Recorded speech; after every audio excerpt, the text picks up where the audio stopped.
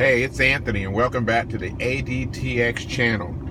As promised, the very first book I'm going to do kind of a micro review on is John Howard Griffin's Black Like Me. This book, I read it, oh my God, I must have been I was probably in the 6th grade. Yeah, I was in the 6th grade. That's when, I don't think I've posted this yet, but I will. But that's when I got a lot of harassment at school for being black, and definitely for being black and Hispanic, which I am. My dad's Mexican American. My dad was Mexican American. My mom was black. But I had a question for one of my history teachers, and that question was, why don't we ever talk about African American history or black history in school? Basically, the teacher told me that there really wasn't that much.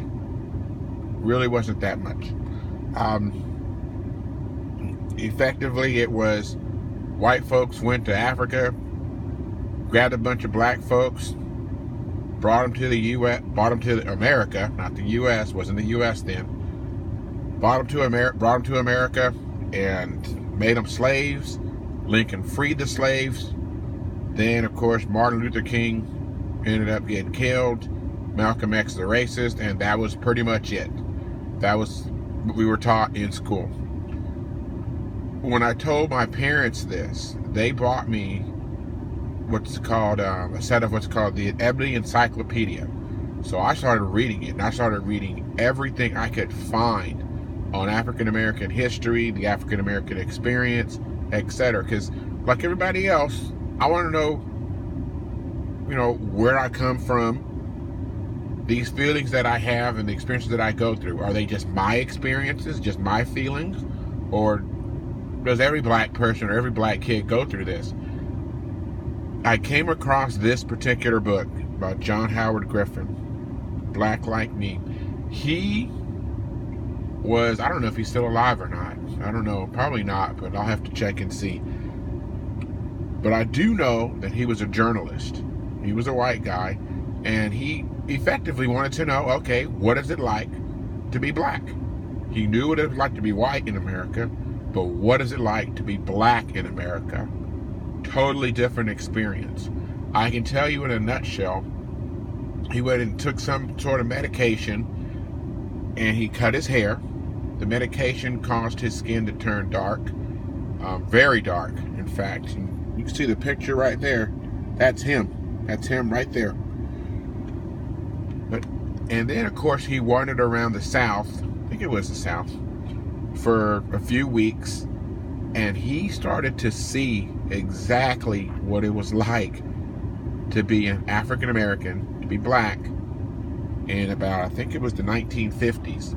It was like the 1950s, maybe early 60s, in the United States of America. He had all types of situations happening to him. But I think the most heartbreaking thing that I read was when he ran into his friends, his own friends, his white friends, and they treated him like shit. They treated him like he was like they treated black people, the way that they do, anyway. So basically, he found out that his own friends were very racist.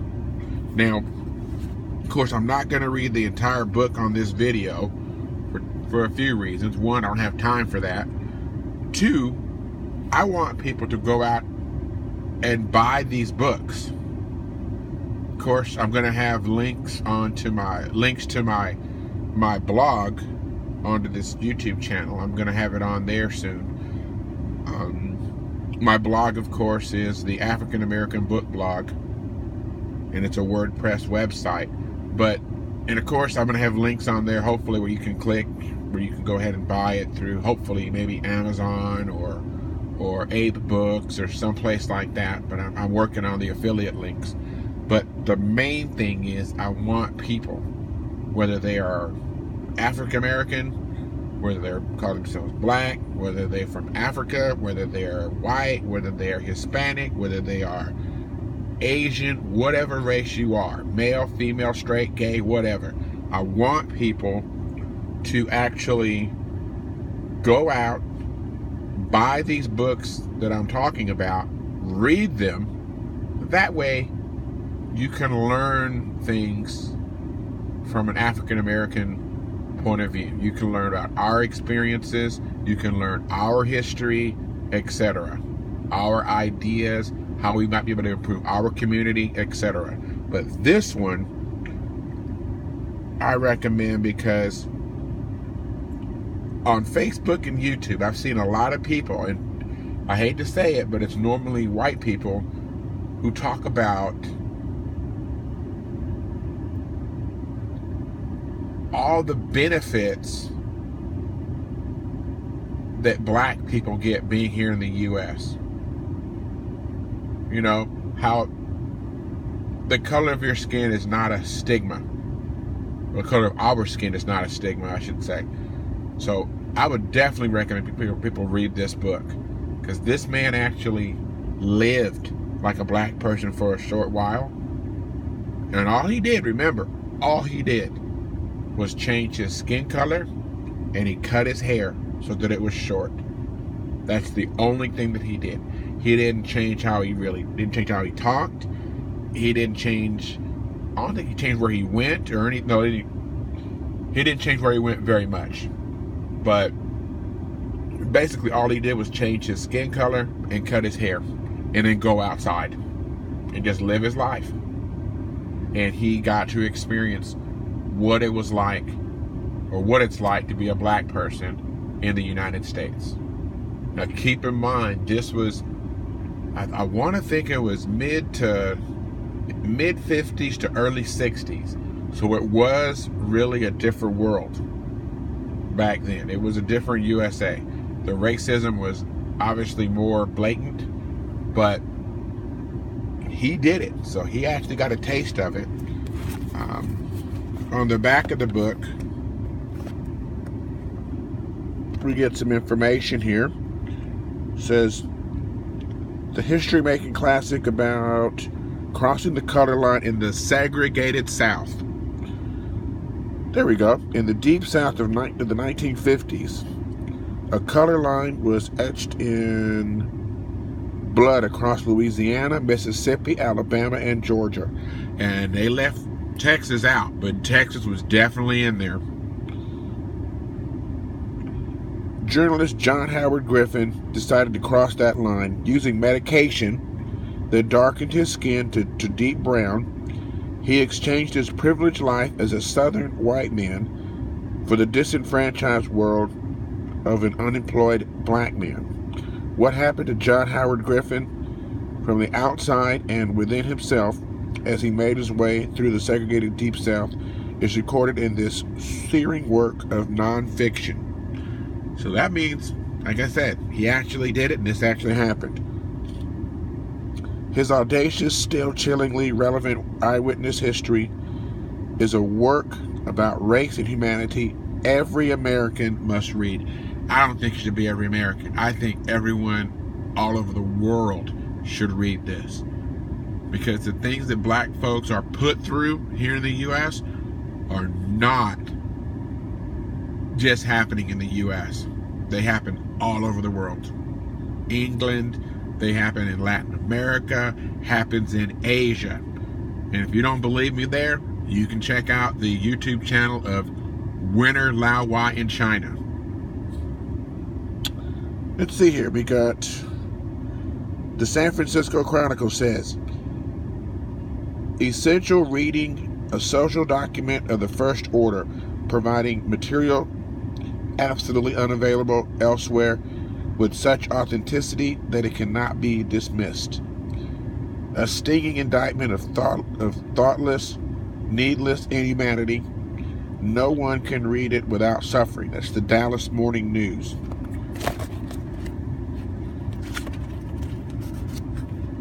Yeah, let's see here. Let's see what we've got here.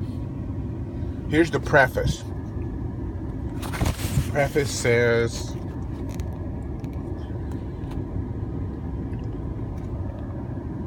trying to get some good light here. This may not be all of it. It may not cover all the questions, but it is what it's like to be a Negro in a land where we keep the Negro down. Some whites will say this is not really it. They will say this is the white man's experience as a Negro in the South, not the Negroes. But this is Picayunish, and we no longer have time for that. We no longer have time to atomize principles and beg the question. We fill too many gutters while we argue in unimportant points and confuse issues. The Negro, the South, these are details. The real story is the universal one of men. The real story is the universal one of men who destroy the souls and bodies of other men, and in the process destroy themselves, for reasons neither really understands. It is the story of the persecuted, the defrauded, the feared, and the detested. I could have been a Jew in Germany, a Mexican in a number of states, that still holds true, or a member of any, quote, inferior, end quote, group. Only the details would have differed. The story would be the same. This began as a scientific research study of the Negro in the South, with careful compilation of data for analysis. But I filed the data and here published the journal of my own experience living as a Negro. I offer it in all its crudity and rawness. It traces the changes that occur to heart and body and intelligence when a so-called first-class citizen is cast onto the junk heap of second-class citizenship. John Howard Griffin. So yeah, I would, this was an international bestseller, by the way. I just saw that on the book. Just saw that there. Yeah, I would recommend everyone read this book. Everyone. Now, I know that a lot of folks don't like to read anymore. Me, I try to read as much as I possibly can. I don't read every day. But this is a top-notch book. If you want to learn what it's like to be black in the United States, if you even care, this would be a great book to start learning. Again, that's John Howard Griffin's Black Like Me. Oh, look at that. Look at that at the bottom there. It says, one of the deepest, most penetrating documents yet set down on the racial question. That's from the Atlanta Journal-Constitution. Anyway, if you like my videos, go ahead and like and subscribe. I'm going to go ahead and do some more videos over the next couple of days. This one here, I don't have the links onto the onto my website yet. So this one, yeah, you might want to check it out. You can maybe go through, let's see here, you can go through Ape Books, you can go through Amazon.com. Hell, you can go on to eBay and buy it there. eBay's probably going to be the cheapest spot to go to, really. And by the way, I don't get any money at this point from eBay, Amazon, or any other place for recommending these books. Again, the number one purpose of this part of my website is to educate and inform people regarding the black experience in the United States of America, and I would say probably by default around the world. That's probably a good guess. Around the world. Anyway, go ahead and like and subscribe, and I'll see you next time. Bye.